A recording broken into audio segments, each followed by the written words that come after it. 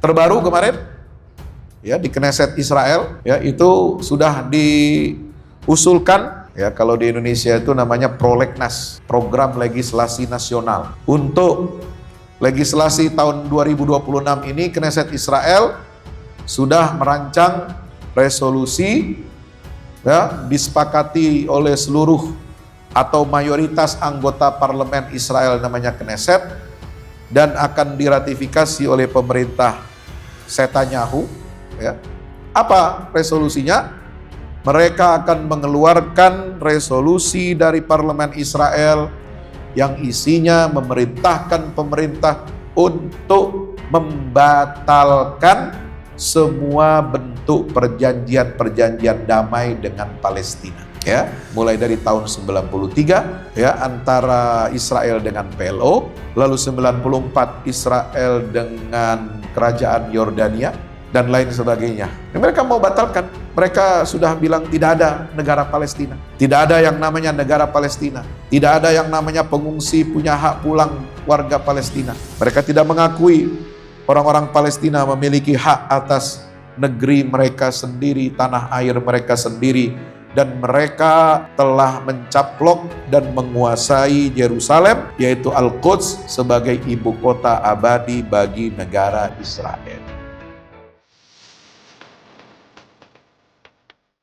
Segera hadir buku terbaru dari Ustadz Fahmi Salim, Haji dari Pemurnian Misi Kenabian ke Revolusi Kebangkitan.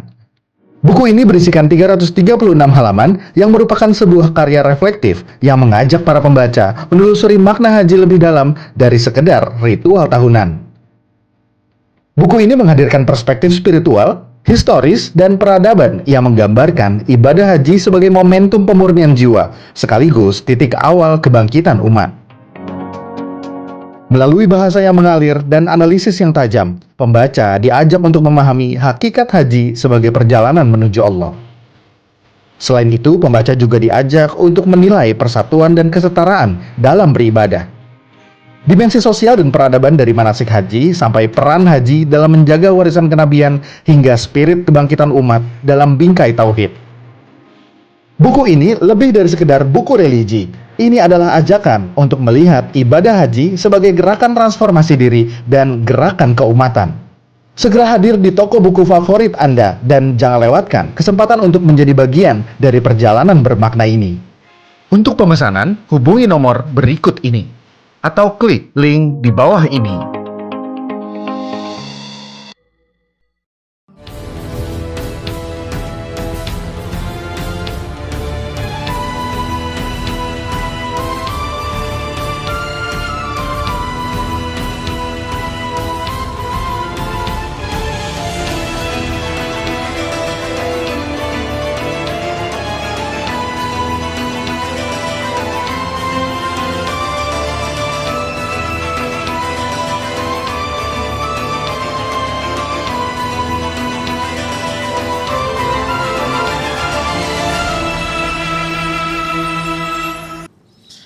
Ma'asyiral muslimin di depan Allah Subhanahu wa taala, biasanya kita umat Islam ini bulan Zulhijjah teringatnya dengan peristiwa ibadah haji, betul? Dan ibadah kurban. Dua pusaka peninggalan dari Nabiullah Ibrahim alaihi salam. Ibadah haji, sebagaimana kita tahu, ini sudah dimulai manasiknya oleh Nabiullah Ibrahim alaihi salam. Dan itu satu rangkaian dengan perintah untuk menyembelih putranya, yaitu Ismail alaihi salam. Makanya rangkaian manasik ibadah haji itu dimulai dari perintah Allah kepada Nabi Ibrahim, wa'adzin fin nasi bil haji ya'tuka rijalan wa ala kulli dhamirin yatina min kulli fajjin amik. Itu menyatu dengan rangkaian bagaimana keteguhan keluarga Nabi Ibrahim untuk menerima perintah Allah menyembelih putra beliau yang paling dicintai satu-satunya, yaitu Nabi Ismail. Ayatnya di dalam surah Al-Quran, surah As-Saffat ayat 110. Falamma balagha ma'ahu as-sa'ya qala ya bunayya inni ara fil manami anni adhbahuka fanzur madza tara. Qala ya abati f'al ma tu'mar satajiduni insyaallah minas sabirin.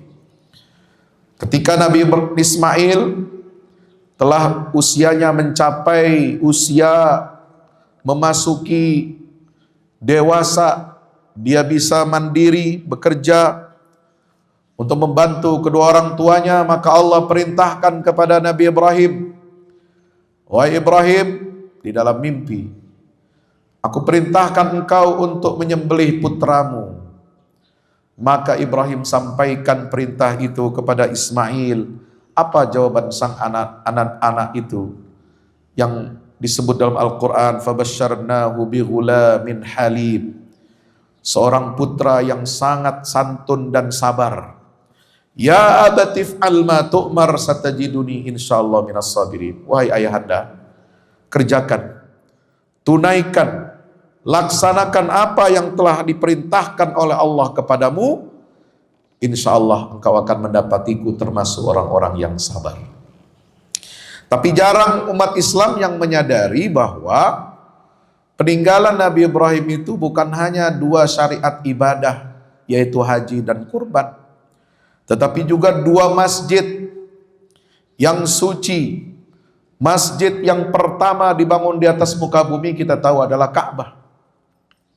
Yang kedua dibangun di atas muka bumi setelah Baitullah, Masjidil Haram, itu adalah Masjidil Aqsa. Jarak pembangunan di antara kedua masjid ini, sebagaimana keterangan dalam hadis sahih dari Nabi kita Muhammad SAW, itu ketika Nabi ditanya, ya Rasulullah, kam kana bainahuma, berapa jarak tahun masa pembangunan antara Masjidil Haram dengan Masjidil Aqsa? Beliau menjawab, 40 tahun. Maka itu kita tidak hanya mengenang Nabi Ibrahim dengan warisannya, pusakanya berupa Baitullah, Ka'bah yang ada di Makkah Al-Mukarramah, tetapi juga kita harus memberikan atensi, perhatian, kepedulian terhadap Masjidil Aqsa. Hadirin dirahmati Allah Subhanahu wa taala. Kenapa? Karena Masjidil Aqsa ini adalah kiblatnya para nabi dan rasul. Bahkan Nabi Muhammad sejak awal risalah mendapatkan perintah wahyu di Gua Hira, Iqra bismi rabbikal ladzi khalaq. Beliau sudah sholat. Ada perintah sholatnya meskipun secara umum belum ada perintah sholat 5 waktunya. Tapi sholatnya Nabi, doanya Nabi menghadap kiblat selama di Mekah 13 tahun, ditambah di Madinah 1 tahun 5 bulan, ya, itu menghadapnya ke mana? Ke Masjidil Aqsa. Jadi 14 tahun 7 bulan, 14 tahun 5 bulan, ya, itu Nabi menghadap sholatnya itu kemana? Ke Masjidil Aqsa. Jadi lebih lama lagi beliau sholatnya, sujudnya, rukuknya, berdoanya, bermunajatnya kepada Allah menghadap ke Masjidil Aqsa daripada ke Masjidil Haram. Hadirin dirahmati Allah, maka dalam hadis-hadis Nabi SAW, saya akan membacakan hadis-hadis Rasulullah SAW tentang bagaimana wasailin nusrah war ribat. Ya, apa sarana-sarana kita untuk menolong Masjidil Aqsa yang kini di masa kita hidup di zaman modern, di akhir zaman kita hidup sekarang ini, kita menyaksikan Masjidil Aqsa ini lepas dari tangan kaum muslimin. Tidak berada dalam kendali umat Islam. Dia dikuasai dan dijajah oleh Zionis Israel mulai dari tahun 1967 ketika negara-negara Arab kalah perang melawan Israel dalam waktu 6 hari. 6 hari perang kalah. Padahal negara-negara Arab kekuatan militernya hebat, didukung oleh Uni Soviet, didukung oleh negara-negara sosialis komunis, senjatanya, pesawat tempurnya, tapi mereka tidak berdaya menghadapi kekuatan Israel. Kenapa? Karena perang Arab Israel landasannya bukan Islam. Yang digaungkan bukan Allahu Akbar, tapi yang digaungkan adalah nasionalisme Arab untuk melawan proyek nasionalisme Israel atau nasionalisme Yahudi. Mari kita baca hadis Nabi SAW tentang bagaimana cara, sarana untuk kita bisa mendukung dan menolong status Masjidil Aqsa, menolong orang-orang yang berjuang di Baitul Maqdis untuk membela kesucian Masjidil Aqsa ini. An Anas bin Malik radhiyallahu anhu, anin Nabi sallallahu alaihi wasallam, qala jahidul musyrikin bi amwalikum wa aydikum wa alsinatikum, rawahun Nasa'i wa Ahmad. Dari sahabat Anas bin Malik radhiyallahu anhu dari Nabi SAW, beliau bersabda, jahidul musyrikin, berikanlah perlawanan, berjihadlah kamu menghadapi orang-orang musyrikin. Ya, orang-orang musyrikin, orang-orang yang menyekutukan Allah, di mana mereka memerangi kaum muslimin. Dengan apa kita berjihad? Dengan apa kita melawan dan menghadapi kebengisan dan kekejaman tentara kaum musyrikin? Bi amwalikum, dengan harta kalian. Ini namanya jihad bil mal, jihad harta. Sama ketika dulu bangsa kita, bangsa Indonesia dulu melawan penjajah Belanda, penjajah Jepang, ya, masuk perang dunia kedua, Jepang minggat, kemudian kita proklamirkan kemerdekaan 17 Agustus 45, kemudian setelah itu tentara sekutu masuk, yang menang perang dunia kedua, pasukan Belanda Nika itu membonceng tentara-tentara sekutu masuk kembali ke Nusantara. Maka berkobarlah peperangan jihad fisabilillah.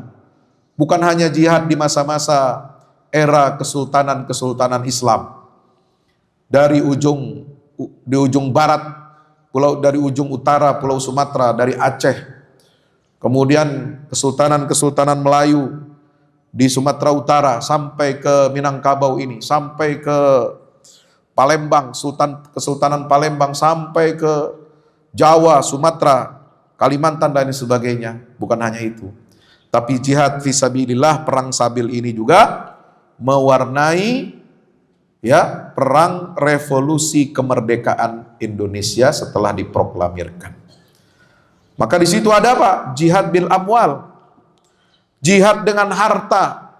Karena kita perang melawan penjajah ini bukan dengan tangan kosong, ya, bukan dengan cuma melempar batu, ya, seperti melempar jumroh, ya, di tanah suci, ya, di Mina, bukan. Sekarang kita menghadapi agresor asing, penjajah asing itu mereka menggunakan apa? Mesin perang, alat tempur. Maka kita juga harus melawan mereka, walaupun tidak bisa seimbang atau tidak bisa dengan peralatan yang canggih seperti yang mereka miliki. Minimal kita mendukung perjuangan saudara-saudara kita untuk mereka bisa bertahan, untuk mereka bisa hidup, untuk mereka bisa membeli konsumsi, logistik, bisa membeli senjata bahkan. Jadi saudara-saudara kita pejuang Palestina ini, mereka sudah bikin home industry, roket-roket sendiri, senapan-senapan sendiri yang mereka gunakan selama perang 2 tahun di jalur Gaza kemarin itu, Bapak Ibu. Mereka bikin pabrik senjatanya di mana? Di bawah tanah, di bunker-bunker yang tidak bisa ditembus oleh rudal-rudal balistik Israel. Kuat mereka ini, luar biasa. Maka itu kita harus dukung perjuangan mereka untuk bebas dan merdeka. Wa aidikum, juga dengan jihad dengan tangan-tangan kalian. Wa alsinatikum, dan jihad dengan lisan-lisan kalian. Nah ini, jadi jangan remehkan, jihad itu tidak harus dengan harta.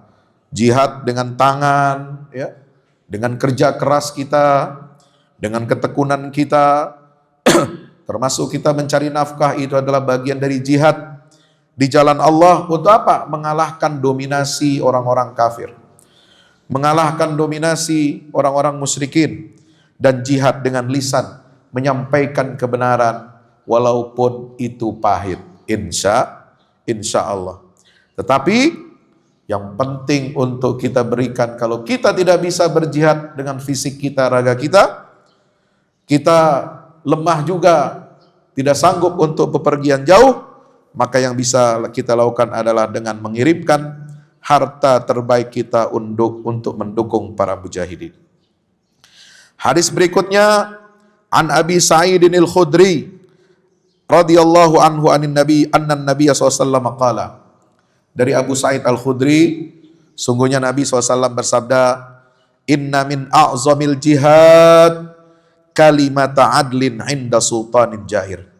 Sungguhnya di antara bentuk jihad yang paling agung, paling utama adalah kalimat yang adil, ya, berkata-kata yang adil di depan sultanin jair, penguasa yang zalim.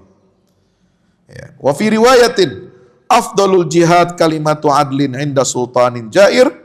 Sebaik-baik jihad, seutama-utamanya jihad adalah mengatakan kalimat yang adil di hadapan penguasa yang zalim. Ini hadis riwayat Abu Dawud dan At-Tirmidzi.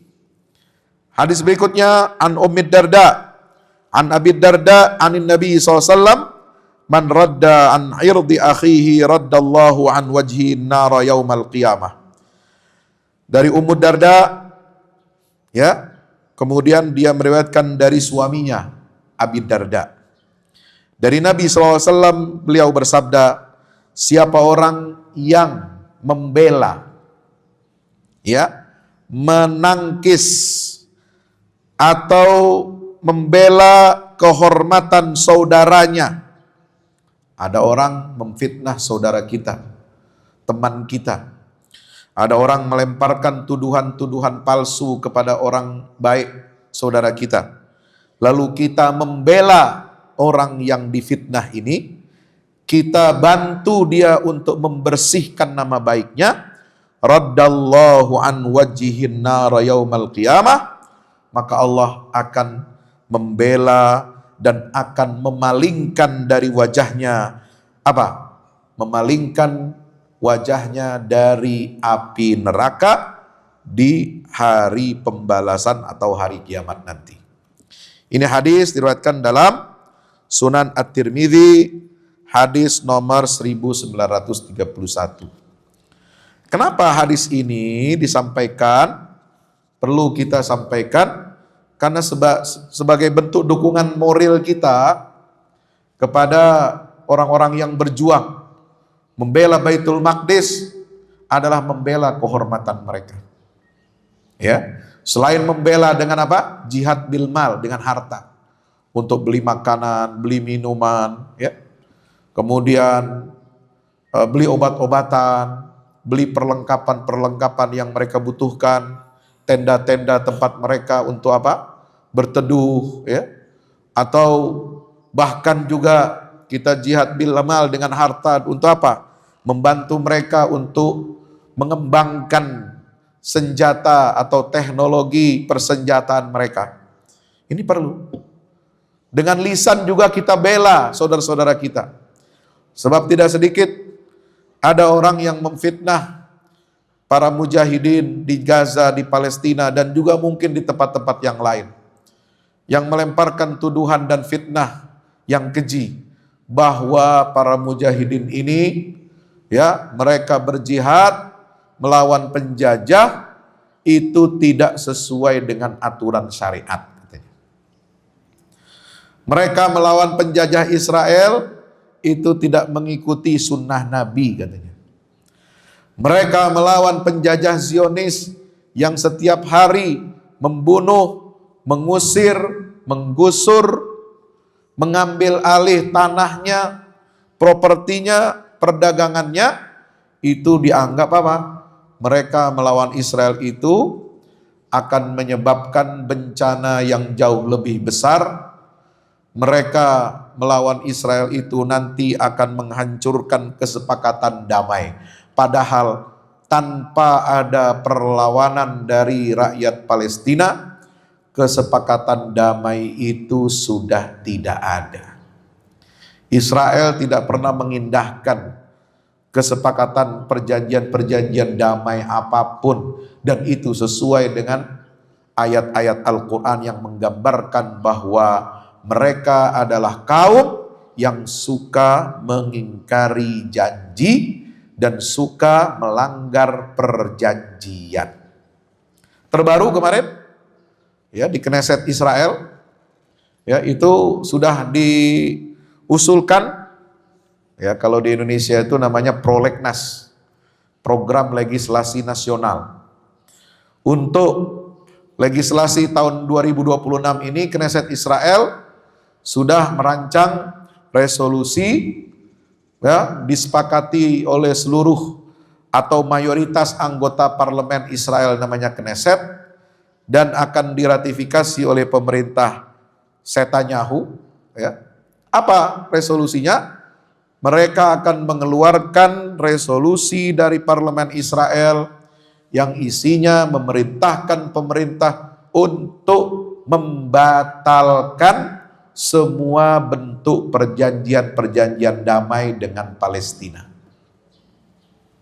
Ya, mulai dari tahun 93 ya antara Israel dengan PLO, lalu 94 Israel dengan Kerajaan Yordania dan lain sebagainya. Ya, ini mereka mau batalkan. Mereka sudah bilang tidak ada negara Palestina, tidak ada yang namanya negara Palestina, tidak ada yang namanya pengungsi punya hak pulang warga Palestina. Mereka tidak mengakui orang-orang Palestina memiliki hak atas negeri mereka sendiri, tanah air mereka sendiri, dan mereka telah mencaplok dan menguasai Yerusalem, yaitu Al-Quds, sebagai ibu kota abadi bagi negara Israel. Bahkan Israel itu sudah merancang dan tengah melaksanakan, jadi bukan baru rencana, ya, bukan omon-omon, sudah dilaksanakan. Programnya, proyeknya untuk apa? Mendirikan Israel Raya. Israel Raya yang mencakup 8 negara-negara Arab. Untuk membangun negara Israel Raya berdasarkan teks kitab suci dari Taurat. Itu mencakup apa? Wilayah Mesir, mencakup Arab Saudi, mencakup Irak, kemudian Syria, Lebanon, Yordania, Palestina, dan sebagian Turki di wilayah Tenggara atau sebelah timur Tenggaranya. Ya. Ini sudah mereka laksanakan. Nah, maka di tengah-tengah kondisi seperti itu, sangat aneh kalau ada orang yang beragama Islam, ya, tetapi dia akidahnya, ideologinya itu menganut Zionisme. Kristen sudah ada Zionisme Kristen selain Zionisme Yahudi. Islam sekarang ada Zionisme yang berbaju Islam, yaitu Zionis pesek. Ya. Mereka yang mengikuti narasi dan meyakini menyebarluaskan narasi-narasi Israel tentang tidak ada hak sedikit pun bagi warga Palestina atas tanah Palestina, dan tidak ada hak umat Islam atas Masjidil Aqsa.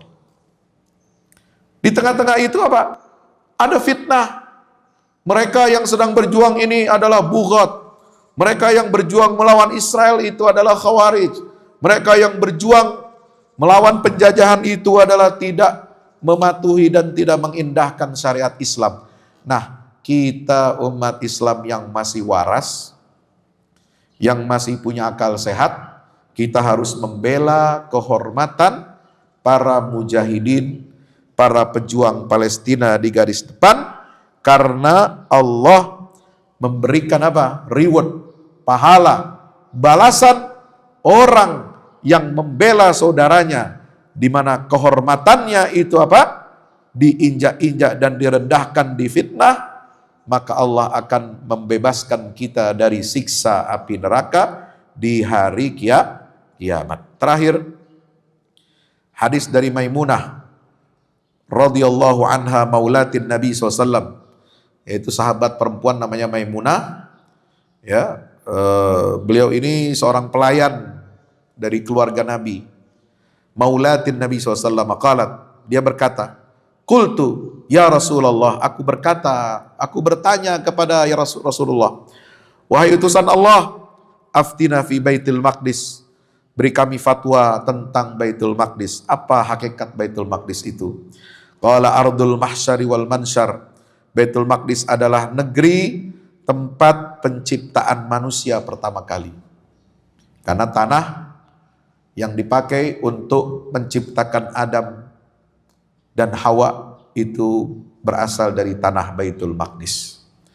Wal mansyar, dan itu juga tempat bukan hanya tempat al-mansyar tapi juga mahsyar, negeri atau tanah di mana kita semua nanti akan dikumpulkan oleh Allah di satu padang yang disebut dengan padang mahsyar, bukan di padang panjang, ya. Padang mahsyar itu di mana? Itu di Baitul Maqdis. Kita akan menerima pengadilan Allah sebelum masuk surga neraka. Kita menerima catatan amal kita, perbuatan kita. Kita akan diadili, dan pengadilan Allah itu adanya di padang mahsyar, dan lokasinya adalah di Baitul Maqdis sebagaimana dalam hadis ini. Ituhu, kata Nabi, datanglah ke sana. Selama kamu masih hidup, kalau bisa datang. Fasallu fihi, salatlah kamu di dalamnya. Ini perintah Nabi. Fa inna salatan fi kalfi salatin fi ghairi. Karena satu rakaat salat di dalam Masjidil Aqsa itu sama nilainya dengan 1000 salat di luarnya. Qultu ara'aita illam astati an atahammal ilai, ya Rasul, bagaimana pendapatmu jika aku tidak sanggup untuk datang dan salat di dalamnya? Kenapa? Karena terhalang oleh penjajahan misalnya, terhalang oleh jarak yang cukup jauh misalnya, atau terhalang karena kita tidak mempunyai nafkah rezeki untuk sampai ke sana. Qala, apa jawab Nabi? Fatuhdi lahu zaitan yusraju fihi, maka hendaknya kamu menghadiahkan untuk Masjidil Aqsa itu minyak yang digunakan untuk menerangi lampu-lampu Masjidil Aqsa. Faman fa'ala dzalika fahuwa kaman atahu, siapa yang melakukan hal itu maka pahalanya sama dengan orang yang datang dan sholat di dalamnya. Insya Allah. Ini hadis diriwayatkan oleh Ibnu Majah nomor 1408 dalam kitab Sunan Ibnu Majah. Hadirin rahmati Allah Ta'ala, apa yang disampaikan ini semua adalah sabda Nabi kita Muhammad SAW, hadis-hadis beliau tentang keutamaan mendukung, menolong, mensupport Baitul Maqdis dengan segala cara yang bisa kita mampu dan kita miliki. Mari kita senantiasa memberikan kepedulian kepada Baitul Maqdis, kepada para mujahidin di Baitul Maqdis dengan jihad harta, jihad tenaga, jihad pekerjaan kita, dan dengan lisan kita membela kehormatan orang-orang yang membela kesucian Baitul Maqdis. Mudah-mudahan Allah Subhanahu wa Ta'ala berikan keberkahan buat kita semua, dan mari kita sama berdoa sebagaimana doa yang diajarkan oleh guru kami Profesor Abdul Fattah Al-Awaisi. Allahumma inni as'aluka salatan fil Masjidil Aqsa wa huwa hurrun aziz.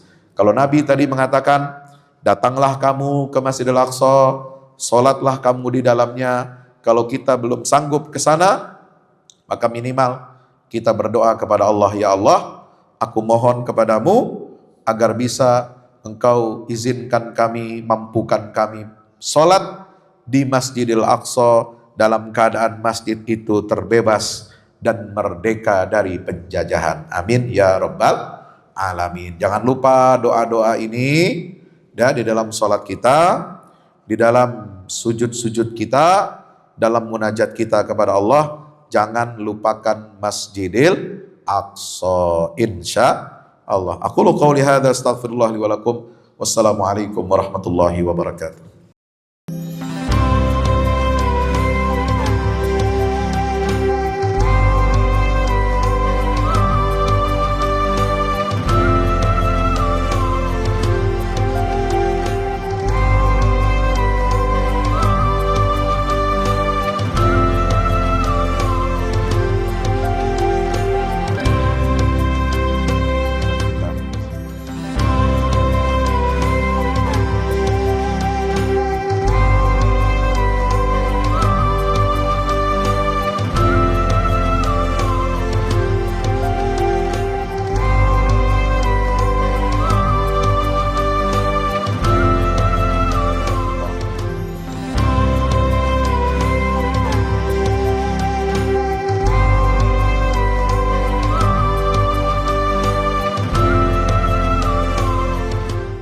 Assalamualaikum warahmatullahi wabarakatuh.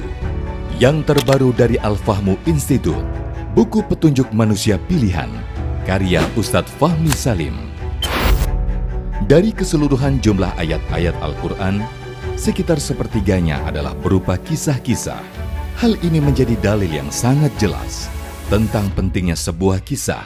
Andaikan kisah ini tidak penting, tidak mungkin menempati porsi yang banyak di dalam Al-Quran ini.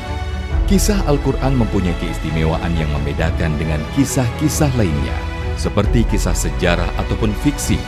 Sesungguhnya, kisah-kisah Al-Quran sumbernya adalah Al-Quran itu sendiri. Kisah Al-Quran adalah kisah yang mempunyai target, yaitu target agama dan akhlak. Sesungguhnya sumber yang menjadi rujukan asal kejadian-kejadian di dalam kisah-kisah Al-Quran dan para tokohnya adalah berasal dari alam dunia dan sejarahnya. Kisah Al-Quran adalah kisah nyata yang tidak ada khayalan atau fiksi di dalamnya. Tidak ada kepalsuan dan tidak ada mitos, serta tidak ada kode tertentu. Ini dikarenakan kandungan kebenaran yang terdapat di dalam sebuah kisah Al-Quran mengenai alam semesta dan tabiat jiwa manusia, serta kisah-kisah umat manusia semuanya itu adalah kebenaran yang valid, baik secara keilmuan maupun sejarahnya. Objek dari kisah Al-Quran adalah manusia. Karena manusia merupakan tujuan utama dari adanya sebuah risalah, perintah dan larangan secara umum. Manusia itu adalah penerus dan penerima apa-apa yang terdapat di dalam Al-Quran. Kisah Al-Quran itu bukan hanya pemaparan tentang kebenaran sebuah sejarah saja, melainkan juga ada, terutama berfokus kepada sisi ibrah atau pelajarannya. Sungguh, Al-Quran diakui tidak hanya mukjizat dari segi sumber keilahiannya atau sisi kesastraannya yang indah, informasi ilmiah sainsnya yang tepat, informasi kabar gaib terdahulu dan yang akan datang, dan aspek syariatnya saja. Mukjizat Al-Quran juga berupa solusi-solusi praktis masalah kehidupan, seperti tergambarkan dalam kisah-kisah petunjuk manusia pilihan yang menjadi utusan-utusan Allah. Petunjuk manusia pilihan sudah seharusnya menjadi pemandu dan penerang jalan agar Indonesia dan dunia keseluruhan segera terentaskan keluar dari berbagai kegelapan hidup menuju cahaya peradaban yang unggul gemilang, bersendikan tauhid yang kokoh sepanjang masa.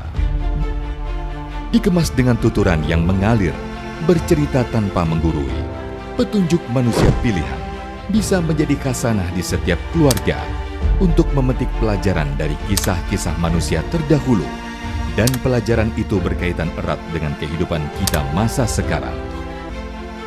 Dapatkan segera. Wassalamualaikum warahmatullahi wabarakatuh.